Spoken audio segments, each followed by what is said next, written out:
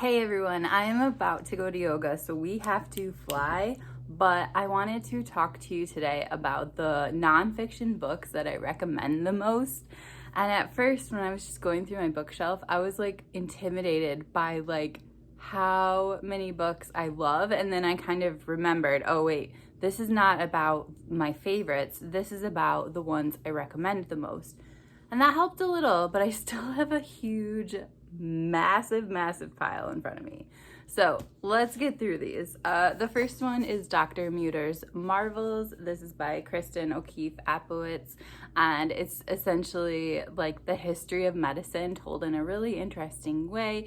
You learn about like why a surgical theater is called a surgical theater, because they actually used to perform surgery on people without any anesthesia in front of an audience, a theater full of people. So it's just like really interesting information that you didn't think that you needed to know. And I think a lot of these fit into that category, stuff that you didn't know you needed to know. In the next case though, this is stuff that you need to know and that you should know that you need to know. So I was in a bookstore one day, Books and Mortar, and this woman was signing all these books, and she was there with her husband and her kid. And I looked, because I'm nosy, at what she was signing, and it turns out it was Austen Channing Brown. Now at the time her book wasn't super popular, but like it has exploded, and rightfully so. She talks about growing up in this Christian background and how much racism is there and how much like stealth racism there are, like microaggressions and things. And I feel like you definitely need to read this just to live life through her eyes and to try and become aware of some of the stuff that you could be doing that is racist as crap. So then we have this next book, which is Educating Esme by Esme, Raji, Cordell. I'm friends with her on Facebook, and like this book is amazing. So when I was going to school to be a teacher, I am just like absorbing like as many books and resources as I can. And I came across this one, I'm pretty sure in the library, and I read it and I loved it. And I got it on audio, and basically it's what I listen to every single year as I'm getting my room ready for the next school year.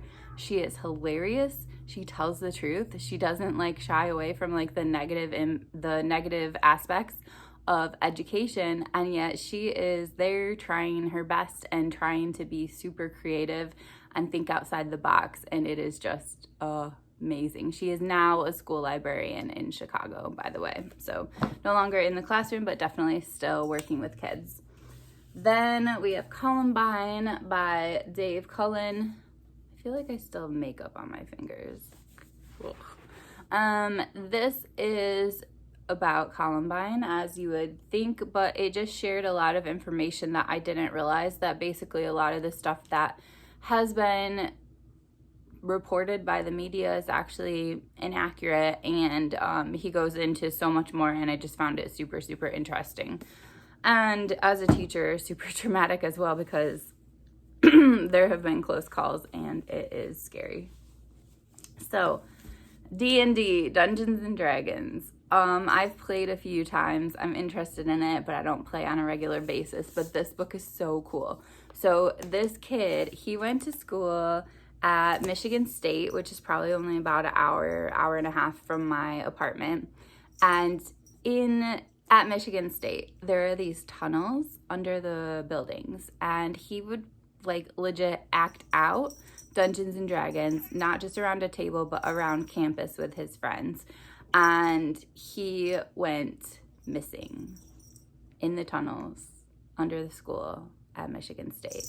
So this is the book about that situation. And yeah, all of this is nonfiction. So he legit went missing, and this is the story of them, what happened, and them trying to find him. Then we have Smoke Gets in Your Eyes, which is about what it's like to work at a crematorium and what it's like to work with bodies and the like. And it changed the decisions that I have made, I guess, about my wishes going forward. So yeah, I just I feel like you don't really know. It's an area that we don't talk about, and you don't really know what goes on. So to learn all sorts of things, like for example, how if you are embalmed, there are like plastic caps under your eyelids, like to keep your eyes looking like a closed eyelid would look, and just like all those foreign bodies that are in your dead body if you are not cremated weird me out, even though you're dead and you probably wouldn't know. Okay, this is not the book I recommend the most, but it's a book I reference the most, and that's Dreyer's English. It's hilarious. There's this one part, I'm a huge fan of the Oxford comma, and there's this one part where he says, "Only godless savages eschew the Oxford comma." And I use that quote all the time. Sometimes people think it's funny, and sometimes people are deeply offended. Okay, Zaytoon. A man trying to help others in the aftermath of Hurricane Katrina and really during it, and how he was treated with intense racism and the things that happened to him that you would think cannot happen in our country. And yet, I have no idea why anyone would be surprised that these things would happen to him. Then, a very little known book, The Events of October, a murder-suicide on a small campus. So I went to Western Michigan University, which is in Kalamazoo, but through different assignments and classes and stuff, I had to like listen to poetry and stuff. And so I found myself on Kalamazoo College's campus, or I don't even know if they call it that. And I did not know about K College before because I'm not in those circles. So it's a private liberal arts school, very affluent, very smart kids. And one of the things that is really cool they do is like you're required to study abroad for a semester, I'm pretty sure.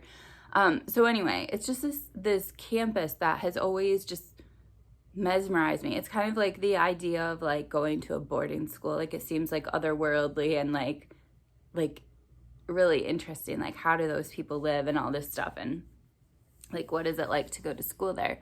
Well, this tells the story of basically a boyfriend who murdered his girlfriend and then killed himself on that campus.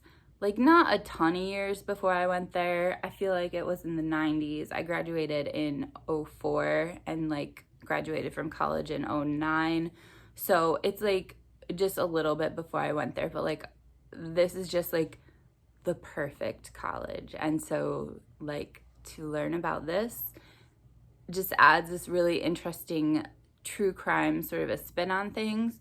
But also the author does a really good job of actually talking about like violence within relationships and stuff like that. So it's not just like one of those books that's like true crime and really trying to hype up true crime and like almost like take advantage of the people that were involved. Like, no, she's also here to educate and to try and prevent future things from happening. So super, super good. The author was a professor at that university, or that college, sorry. But she is retired now. Then this was a book that Dee Dee introduced me to from Brown Girl Reading. There are so many books that she has told me about that end up in my list of favorites or books I recommend the most. And this is Mississippi Solo by Eddie L. Harris. Essentially, he's a black man who just decided to like go on a canoe. I'm pretty sure it was a canoe and not a kayak. Down the Mississippi River, like the entire way. Like, first of all, who does that? Second of all, you experience what things are like through his eyes when he did this. And also, how many black outdoors sort of people do we hear about? Like, we don't, you know? So when you picture like Patagonia or REI or like higher end sort of outdoors companies, when you picture that, how many of those people are black? So to have a black outdoorsy adventure, true life story is really exciting, and I felt like it was amazing. It was adventurous, it was hilarious. We got to meet the author and he was amazing. Yeah, just like really good. He's also really hot. Okay, anyway, what time is it? Okay, 6 minutes till I have to go to yoga, and I have a bigger stack, so we're gonna have to figure out how this is gonna work. Next one, Being Human. This is about Judith Human, who sadly and suddenly passed away recently, but she was huge in just getting universal design into being an actual thing, getting people with disabilities into spaces so that they can be included. She is and was a badass in so many ways. She basically had polio as a kid and ended up using like a wheelchair and mobility devices to navigate her physical world. And she talks about her life from childhood through like now, but it includes a lot of her fight for universal design in public spaces, and it was amazing. If you're a special ed teacher or just someone that's interested in people with disabilities, like, you should read it. Period Power changed the way I think about my cycle and changed the way I live my life, and changed so much that that week is actually probably my favorite week of the month. Maybe there's another week where I have loads of energy that is also my favorite, but anyway.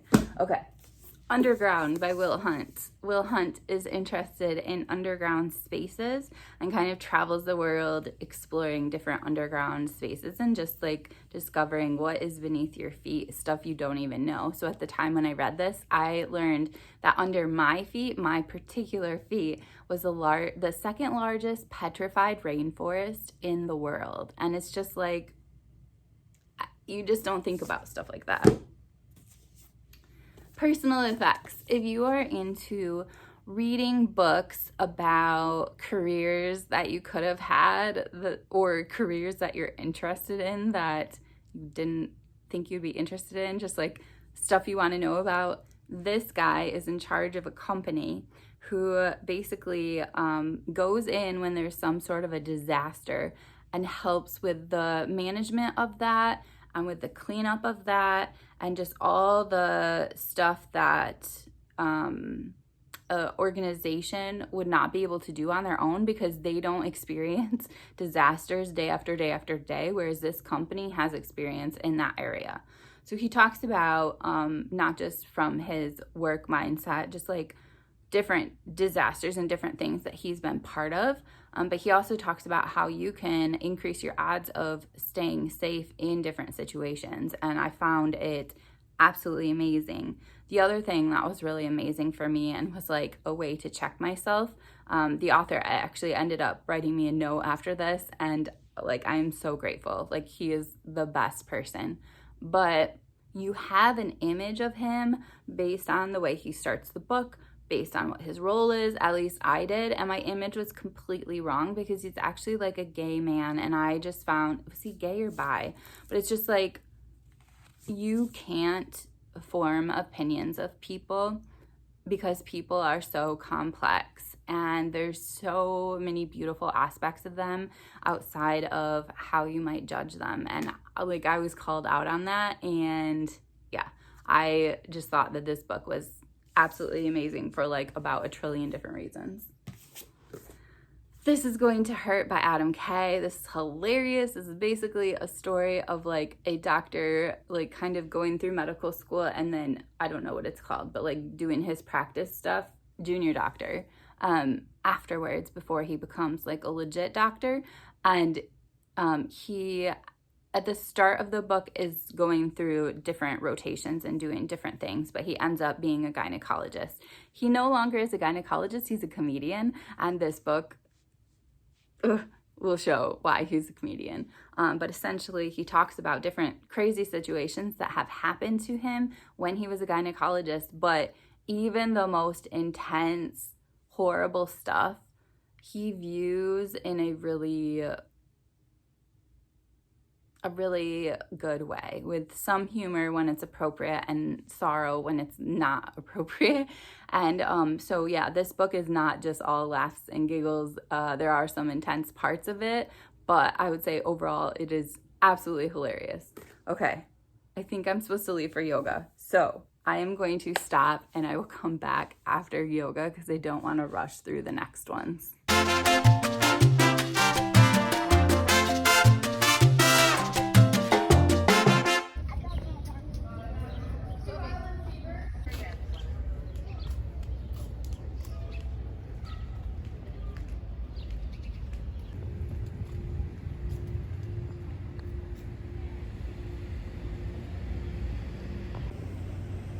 You guys, something happened.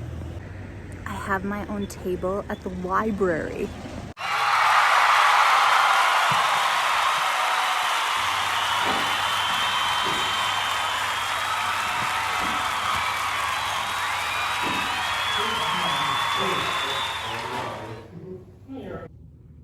Okay, yoga's done. I had my smoothie. I went to the library where apparently I have my own library table now. I mean, I did know this was coming. They asked me for recommendations and I gave them a list of 100 of my favorite books. Over 100. I think it was like 165 or something. So yeah, but it was fun to see it in person. I was like, wow, this table has a lot of good books. No doubt. Okay, so let's finish. Animal Vegetable Miracle by Barbara Kingsolver. I read this book basically once a year, every time it's spring, and I'm trying to eat seasonally, and I'm just really excited about all the fresh stuff that's coming during the year. I haven't picked berries yet this summer, but that's like a thing, is I pick like every berry, like strawberries, and you know, just keep going until I've made it through all of Michigan's berries. Anyway, the next one is There's No Such Thing as Bad Weather, which is by Linda Axon McGurk, and I have met her and I'm also Facebook friends with her, like real life, not like a fan situation. She wrote this book when she was living in America as a mom, and basically just describing all the differences in American parenting versus Swedish parenting. She's now back in Sweden full time, and her kids are much, much older. They're teenagers. But I just find this book, even though I'm not a parent, I find it very inspiring to just make sure that I'm connected to nature more, and that I'm outside more, and that, you know, I am not just going from inside location to another inside location all the time, but I'm really connecting with the world around me. Then What Doesn't Kill You. This is by Tessa Miller. This talks about her battle with Crohn's, I'm pretty sure. And basically, I knew Crohn's was like stomach troubles, but I just had no idea the extent. This book is very graphic, and I felt that it gave me a lot more empathy for people that have this, and just about how absolutely horrible that it is. And also invisible, you know. There's a lot of invisible disabilities that we don't even think about. Then How to Do Nothing. I have not read Jenny Odell's newest book, but this book is amazing, just on making sure that you're more present, that you're using social media in the way that you want to and not being controlled by it, and that you're really thinking about the world around you in a different way. For example, one thing I was talking to my mom about this morning was there's a park that she goes to that all of a sudden started charging a fee, and I deeply disagree with that, because we have fewer and fewer public spaces available to us, which is something that's mentioned in this book, and parks are one of the few places that are public and that you can go to no matter what your situation is. And so for parks to charge a fee, not the coolest thing in my mind. But yeah, definitely made me rethink my life for that one. And then this is one of the first books that I got to review before publication when I started doing stuff on NetGalley. It is Upstream by Mary Oliver, and it's also my first introduction to Mary Oliver. I felt so deeply connected to her, and like how she would go outside with a backpack full of books and just spend all day outside reading, and just like, I don't know, I feel seen, and yet this kind of expands me into different realms. So I really love this. Next one, Mediocre. This is by Ijeoma Oluo, and I wish that all white men would read this. I think that the deeper I get into feminism, the more I notice what is going around that previously has made me uncomfortable and now I know is just not right, and I stand up for myself in a lot other ways, but this is essentially how white mediocre men can do whatever they want and have loads of power, and yeah, it will make you feel seen. And this is written by a Black woman, so her experience is completely different than mine. Why is there a bookmark in them? Oh, there's a bookmark at the end. Anyway, her experience has got to be so different from mine and so much more intense than mine as a white woman, but we still deeply connect over so many things that guys need to change. And I felt this book was amazing with like just making you feel seen, but also all the stats and all the data and stuff that she puts into here. So it's not just like a woman talking about her experiences, but it's her experiences with heaps of data. Then I Miss You When I Blink by Mary Laura Philpott. This basically changed my life and allowed me to up and leave my life that I wasn't happy with to move home to Michigan. This is a memoir and essays. It's about a mom living her best mom life and about mental health and about being a mom and about so many things. Like, you're gonna laugh and cry, and oh, so good. She actually sent me a postcard as well. Oh, I should not show my address probably. She also sent me a postcard as well, as a thank you for being so obsessed with that book. At least in the city, someone would hear me scream. This is by Wade Rouse. He is a gay man who's married to another man who left a very urban environment to move to Saugatuck, Michigan, which is honestly quite a hopping place, but the place that he moved to must have been more rural, like outside of Saugatuck or something. And they moved in the winter. Why, I'm not sure. And they definitely were in a completely different lifestyle than they were used to. So this is hilarious memoir, just talking about their move, talking about adjusting to a place that's more rural than they're used to.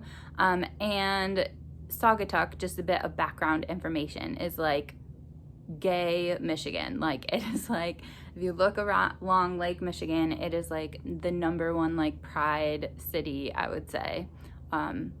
Just filled with this loving openness, and it's also like kind of a higher end place. There's loads of really nice shopping and boating, and it's just like perfection. So I don't know what he had to complain about, but there was lots, and it was hilarious. Okay, The Five. This is by Hallie Rubenhold, and this tells about the 5 women that were murdered by Jack the Ripper. It is not about Jack the Ripper, it's about the women. And I am actually going on a Jack the Ripper tour when I'm in London. So this will be interesting because this book was focused on the women, not on him. And it was interesting how they all came from different backgrounds, but because of men in their life or the lack of men in their lives were just torn apart and became such where Jack the Ripper was able to prey on them because they were in situations where they didn't have a safe place to stay. They didn't have enough money, like all this stuff. And it's just heartbreaking to see the commonalities within their stories, even though their starting points were so different. Almost done. We have Inheritance by Dani Shapiro. If you ever are interested in a family story or a memoir about someone whose family ends up not being exactly what she thought it was going to be, this one is great. Dani Shapiro is amazing. She writes in such a deep and beautiful, poetic sort of a way, but you can just tell that she lives her life from this deeper mindset where she's just thinking in a more poetic way all the time, if that makes sense. Like, she doesn't live her life on the surface level.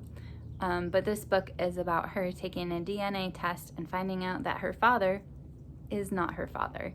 And it's about her processing through that. It's about her finding out who actually is her father or her bio dad. And yeah, really, really interesting. All right, 2 more. Cast by Isabel Wilkerson. This is a must read. I have not read her other one, but I should, because this one was phenomenal. This one talks about how we never really fully got rid of slavery, how we had slavery, and then we had like Juneteenth and whatever, enslaved people were freed, but white people never really let go of slavery, and so we found other ways to bring Black people down, to squash them, to not allow them to have the freedom that they are legally required to have. Or are they legally required to have it because we keep also making laws that hold them down as well? And this is about how we have basically created a caste system to keep people down. And there's so many stories that will just make you cry in here, and there's so many stories that to me as a white person were mind-blowing. Like, for example, that Hitler learned from us when he was trying to create his solution. And finally, Disability Visibility by Alice Wong. This is a book of essays written by different people who are disabled, and just talks about all sorts of different issues within being a disabled person, and just allows you the empathy to be able to see things from someone else's viewpoints. And even though this is focused on disabilities, it's also very diverse in who is interviewed, and not really interviewed, sorry, who submits essays. There's a person with a cognitive impairment that also is included in here, and also welcomed and celebrated for sharing their story. There are queer people in here, there's a trans person. Like, it really shows a lot of different viewpoints within the community of people who are disabled. So super good. So again, these are not necessarily my favorite books of all time, although I will say that all of these are on my favorites list of all time. These are the books that I would recommend the most to other people. So I'm curious if any of these sound good to you, if you have read any of these already, and what your thoughts were on them. And yeah, this is the last one in the series of like, these are the books I recommend to everybody. So thank you so much, Jean, for the idea, and I will talk to you guys later. Bye.